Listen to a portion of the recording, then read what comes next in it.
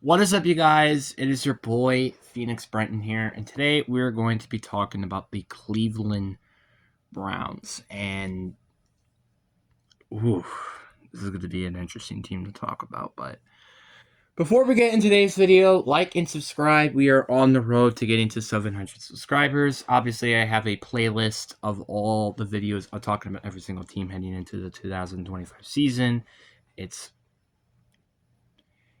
And every single team in the NFL will be on that playlist. But if your team is not there yet, it's probably because I haven't made that video yet.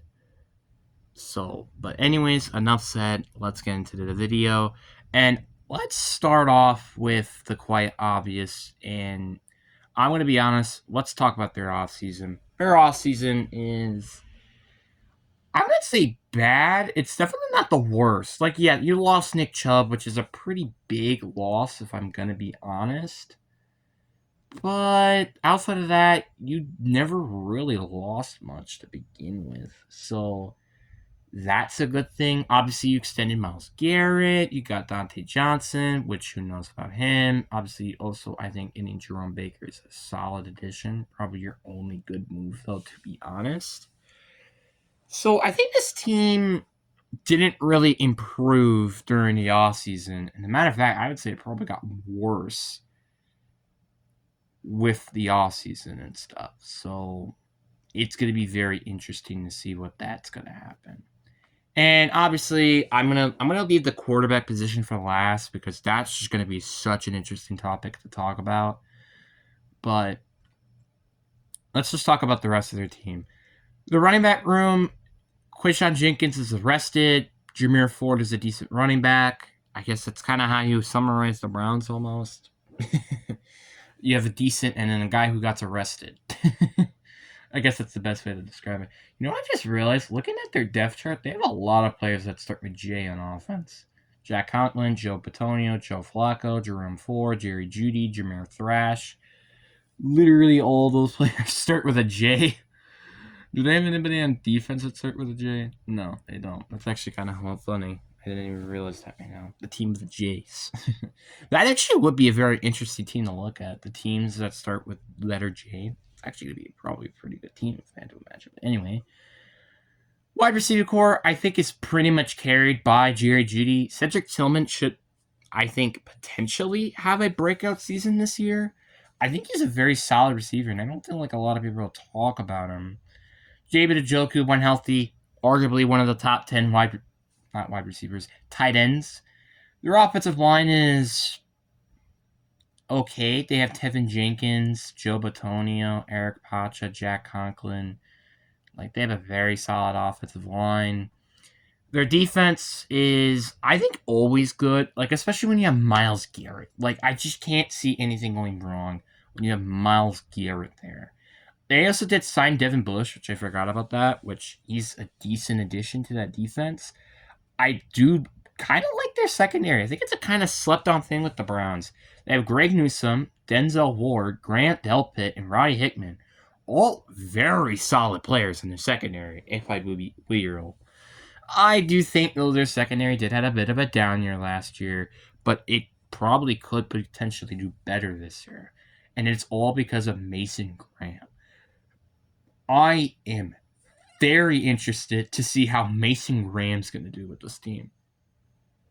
He, I think, can potentially be such a big difference to this defense that could potentially make this defense look very solid heading into the 2025 season. I'm very excited to see what this guy can really potentially do heading into the season. I'm very, very excited.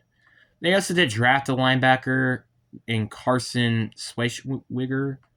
I think that's how you pronounce his last name, but I think overall their defense is very solid and their offense is also very, I would say, solid. But now it kind of just is you gotta go to the quarterback room and what the frick is going on? Like, can somebody from the Browns area just explain what's happening? Like, why do you have Joe Flacco, Kenny Pickett, Dylan Gabriel, Shador Sanders, Tyler Huntley, and wasn't there one other quarterback? Oh, yeah, Deshaun Watson. You have 6 quarterbacks that are contending for a starting job. Why? Like, obviously, I thought it was already a question mark for them to draft William Gabriel and Shedeur Sanders. Because, one, you did not need all those quarterbacks. And then signing Joe Flacco when you traded for Kenny Pickett as well, it's just kind of ridiculous. And then you add on signing Tyler Huntley. Like, what are you doing? Like, I understand that this team has been kind of abysmal with QB play ever since Baker Mayfield left. And even before that, it's been pretty bad. But that doesn't mean that, like, oh, we're going to have 6 quarterbacks contend, and that means, oh, one of them is going to definitely have to pan out. Because let's face it, Joe Flacco's in his 40s. He should not be a good quarterback, and heck, he should probably not even be in the league right now. Tyler Huntley is a good backup quarterback, but he's definitely not a starting quarterback. Kenny Pickett, I could say the exact same thing. Good backup quarterback, but he's not a starting quarterback. Dillon Gabriel has a lot of questions, and Shedeur Sanders is the exact same thing, because why would he then fell all the way in round 5? So it is just chaos incarnate with this team. I am very curious to see how that quarterback room will shape out heading into the 2025 season. I wouldn't be surprised if more than 2 quarterbacks potentially get a starting gig heading into the 2025 season. I wish that was a joke. This team is a joke at the quarterback position. But if we completely remove that and let's replace it with, like, I don't know, Patrick Mahomes, this team is actually, though, kind of solid. I mean, their offensive line is pretty solid. Their receiving core and their running back, pretty solid. Their defense, pretty solid as well. And actually, probably pretty good defense, I will be honest. I give it a 7.5 out of 10. And their offense, minus the quarterback position, probably a 6 or maybe a 5 out of 10, which isn't that bad.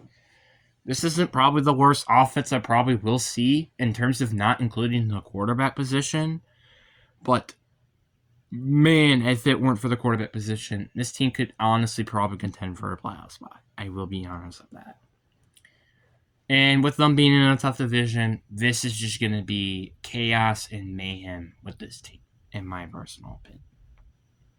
So now we're going to go to the best case and worst case scenarios, where you start off with week 1 against the Cincinnati Bengals at home. I do think you actually do get the win at home against Cincinnati to start off the season. But then you lose at home against Baltimore. Then you lose on the road. Well, you lose on the road against Baltimore. You lose on the road against the or at home against the Packers. Then you lose on the road against the Lions. Lose in London against Minnesota. Then you definitely lose to Pittsburgh on the road. You lose to the Dolphins at home. You lose to the Patriots on the road. Then you have a bye week. You still continue to lose against the Jets at home or on the road. You actually get the win against Baltimore at home, because you usually do that every year for some reason. Then you lose to the Raiders on the road. You lose to the Niners and the Titans at home. Then you lose to the Bears on the road. And then you lose your final 3 games, which is the Bills and Steelers at home, and then the Bengals on the road. Your worst case scenario, I've given this team a 2-15 record. And that is going off of basically them winning most games in these specific circumstances, which is beating the Bengals at home and then beating the Ravens at home. And to be honest, I don't even think they might beat the Ravens at home this year. So that could potentially be like 1-16. That is how low I have the Browns currently. But now, best case scenario, and this is where things I think are probably still going to look very bleak for them. Like, their first 4 are the exact same thing. Like, they win at home against the Bengals, but then they lose on the road against Baltimore, lose at home against the Packers, and then lose on the road against the Lions. I think all that plays out the exact same. But you do get the win at London. You still lose to Pittsburgh on the road. You still lose to the Dolphins at home. You do lose to the Patriots on the road. You lose to the Jets on the road. Actually, no, I think you do beat the Jets on the road. Obviously, you get the win against Baltimore at home. You get the win against the Raiders on the road. You lose to the Niners on the road. You get the win at home against Tennessee. Then you lose on the road against the Bears. Then you lose on the road or at home against the Bills, and then get the win against the Steelers at home, and then lose to the Bengals on the road. Your best case scenario, and this is the lowest I have ever gave a team, I think, outside of the Saints. Was the Saints like 9-8? I don't know. But this might be the lowest. I have given them a 7-10 ceiling. That is, I believe, to be the lowest ceiling I have ever gave a single team. And even with this best case scenario, I'm pretty positive that they are indeed the still last place in their division. And I'm going to pause it and double check that factor. After looking at it, yes, I didn't do the Ravens because I already knew they were going to be automatically better. But Bengals, I had them going 9-8, and the Steelers going 8-9.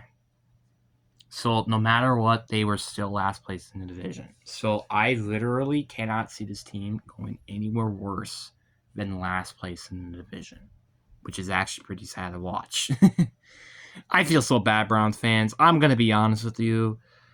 You didn't deserve it, but I'm going to be honest with you. You know who really does deserve it? Anybody who thought it was a good idea to trade for Deshaun Watson. I'm going to be honest with you. Those are the people that really don't deserve it.